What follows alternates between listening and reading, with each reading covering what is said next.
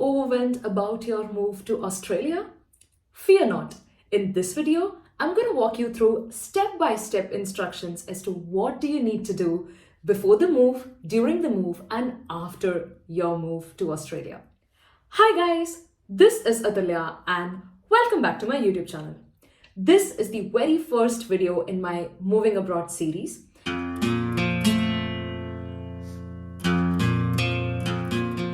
And in this video, I'm going to talk about everything that you need to know before you make a move to Australia. In this video, my persona is somebody who is moving to Australia for work. This could be someone who is moving on a temporary visa, a temporary work visa, or a permanent resident visa.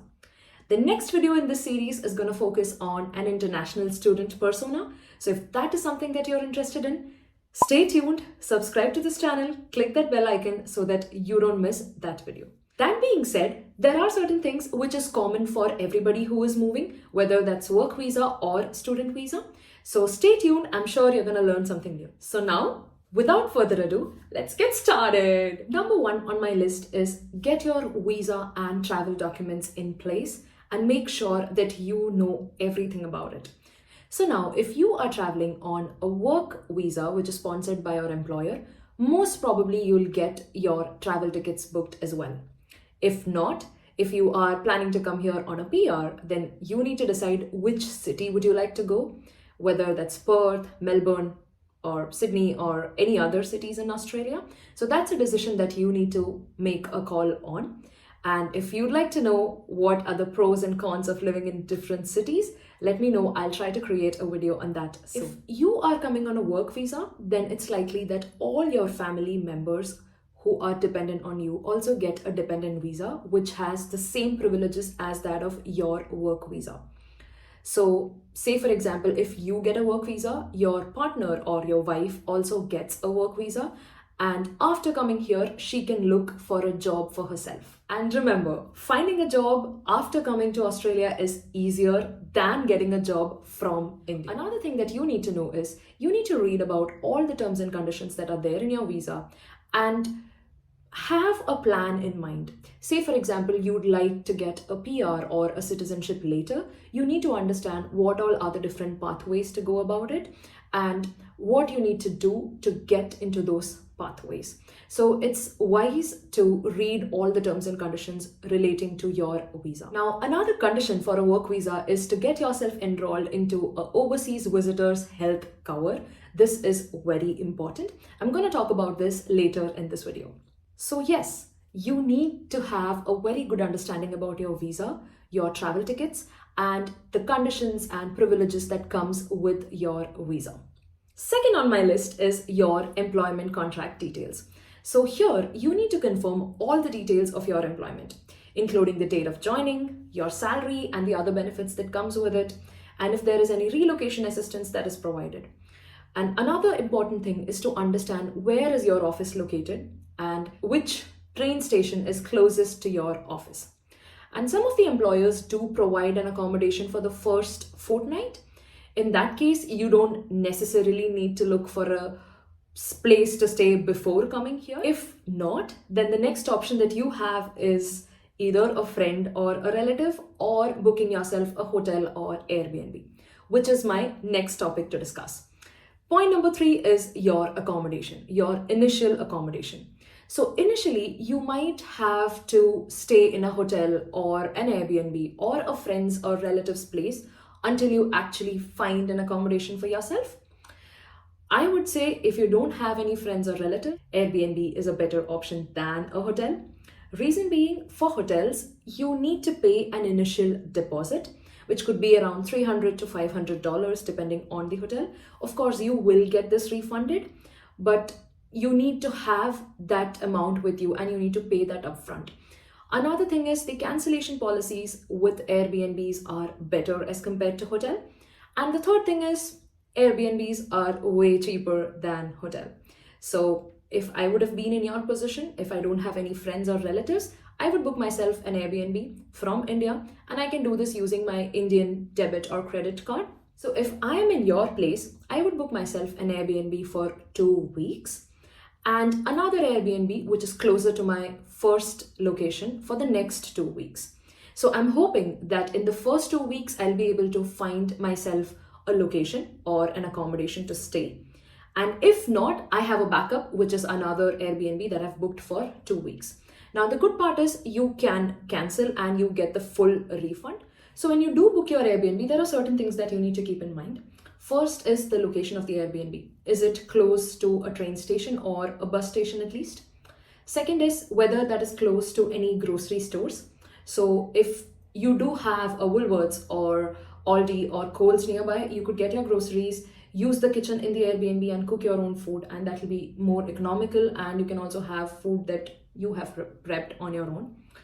Then third thing that you need to definitely make sure is whether the bathroom in your Airbnb is shared or is it private to you. Now this completely depends on your preferences, but the kind of homes that are here, there is a chance that your bathroom may be shared if you have just booked one room in the entire home. And another thing that you need to check is the cancellation policies. Most probably you can cancel within a certain period of time and get 100% refund, but double check and make sure that you're doing it. So with this plan, you will have a secured location for the first few weeks. It's going to be temporary. And after that, you'll have to move to your own rental apartment. So when you come here, that's when you actually start looking for the rental apartment. So the rental market here is very organized. There are multiple websites wherein you need to book home openings, and usually they have slots of 15 minutes. And in that 15 minutes, you need to reach at the location, take a look at the property, and then put your offer. Now, if you have somebody who can do this on your behalf, then that is great. You could actually avoid staying in a temporary location for a very long time. But if not, what you could do is you could start looking at these websites from India as your travel date is closer. And if you do find home opening slots in the week that you would be present here in Australia, you could start booking for those so that when you come here, you have few home openings and you could have a look, and then if you like it, you could put an offer. Another thing that I would suggest is you could start looking for different properties so that you have an idea about the prices and the locations. And of course, since you know where is your office located, you could try and look for properties which are closer to that location, or at least close to a train station so that you can easily commute to your office. So these are the things that you need to keep in mind. And if at all you can get a head start by looking at these things from India, that is great. Another thing is here you need to have reference letters for your offer to get accepted. And one thing is you could quote a very high price. Say for example, the property is listed for $480 a week. You could quote maybe $550 or $560. Then the chances of you getting the property is high. Apart from that, since you are moving here for the first time, you might not really have any reference letters. In that case, what you could do is keep handy your Indian rent payments receipts along with the dates, or your current Indian mortgage transactions along with the dates. So if you have that document handy, it might help you a bit. Of course, this is not your property might not be in Australia, but still it's better to have something than not having anything. Another thing is you could get a reference letter from somebody who is a friend of yours and who is also a PR or citizen here. That can also help. But the best is to get references from your previous owners, which in your case is going to be difficult. And hence, this document can sometimes come in handy. Otherwise, like I said, you'll have to quote a very high price because, my friend, the number of homes and the number of cars is way lesser than its actual demand currently in Perth. So this is not a permanent thing. It's going to change over a period of time. But right now, the situation is so, and it's better that we have everything handy. So if an extra document can help you secure an accommodation, it's always wise to keep it. The next on my list is finances. This is super important, so pay very close attention. For your initial expenses, that is until you get your salary, you need to have some money with you so that it can take care of all your initial expenses.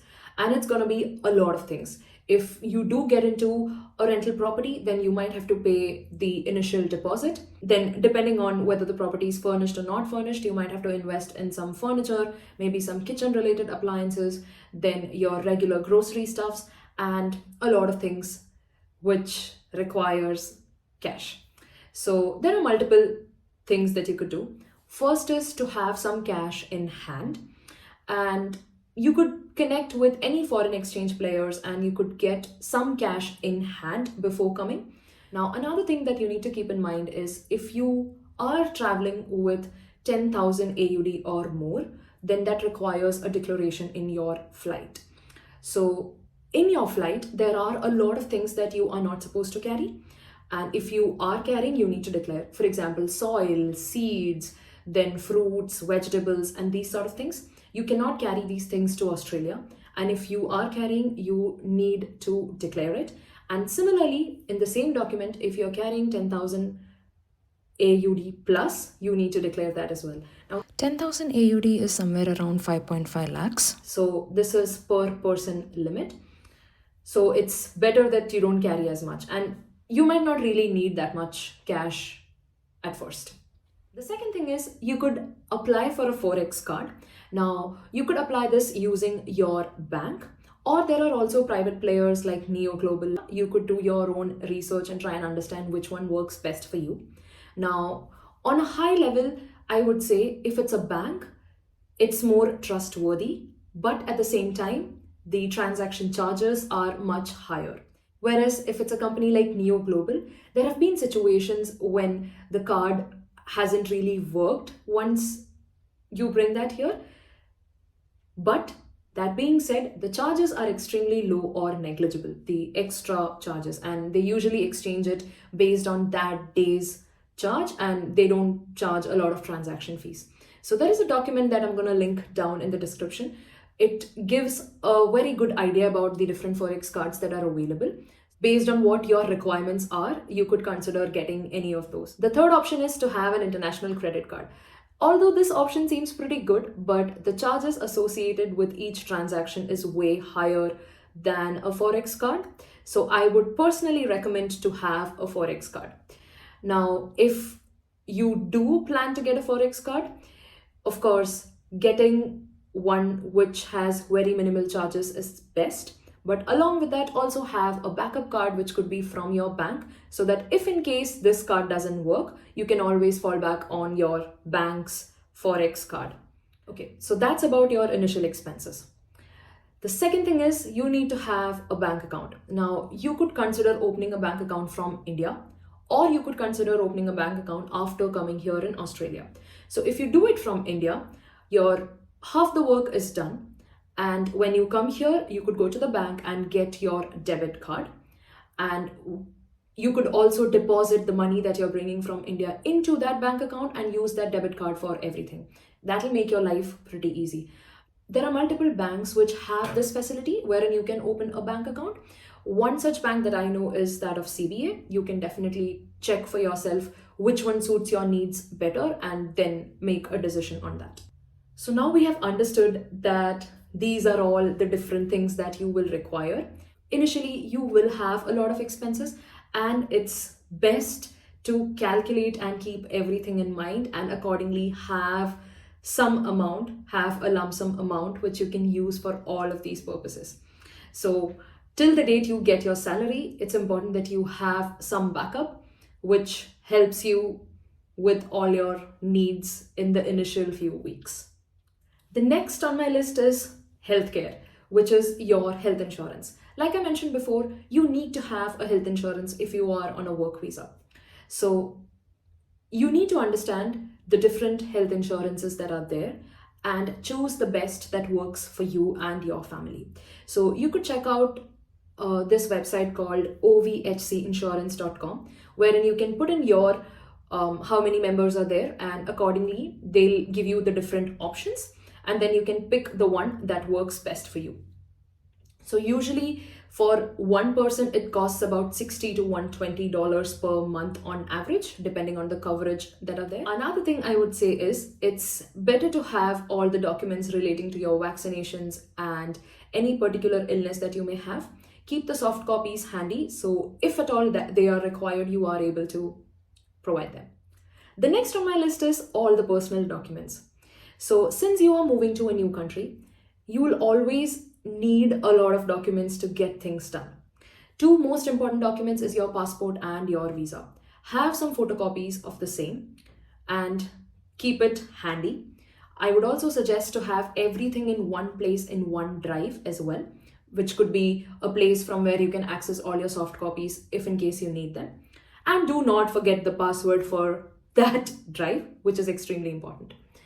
So along with your visa and your passport, have your Indian ID documents as well handy, because sometimes you might require them as well. So if you could have all the documents in one folder in one drive for you and your partner, it'll be great. So another thing is, you have an employment contract, but when you land here, your partner might also want to work. So the last few days that you have in India, it's wise if you could clean your resume and prepare one good resume to enter into the new market. That would be great. And then once you land here, you can then apply to jobs by customizing it for the job description that you're actually applying to. So when it comes to personal documents, the important ones are your passport, your visa, some of the ID proofs from India, then few pictures, your passport size photographs, your resume, and the documents that you may require for securing a rental apartment, which is your previous rental or mortgage transactions. Up next on my list is your Indian subscriptions, which you will probably have to let go of. For example, you need to cancel your gym or any other fitness subscriptions. Plus, if there are any product subscriptions that you are enrolled in, you will have to cancel that as well.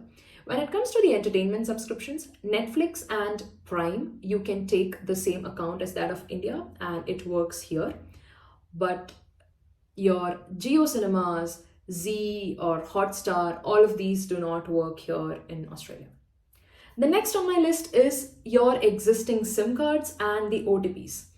So most of us in India have two SIMs, and different SIMs are linked to different bank accounts and are Aadhaar and PAN and DMAT and everything.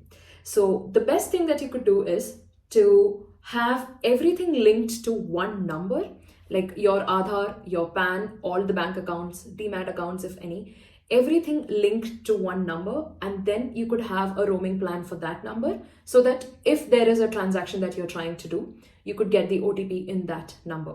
The second thing is you could have somebody back home, could be your parents, your siblings, your friends, who could take care of that SIM. And whenever you have an OTP, you could call them from here and get that OTP and do your transaction.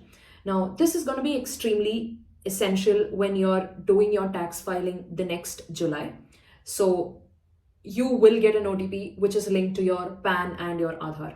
So you need to figure out what you can do with that. So you need to get in touch with your company, whether that's Jio, Airtel or Vodafone, and look for the roaming plans and choose the one that works best for you. Basically, you just need a plan which is gonna make sure that you are getting all the incoming SMSs. You don't necessarily need anything else, because first thing is you will not get disconnected from the world even during the transit. So every airport, whether your layover is in Singapore or Malaysia, every airport has very good Wi-Fi and you will be connected to the world.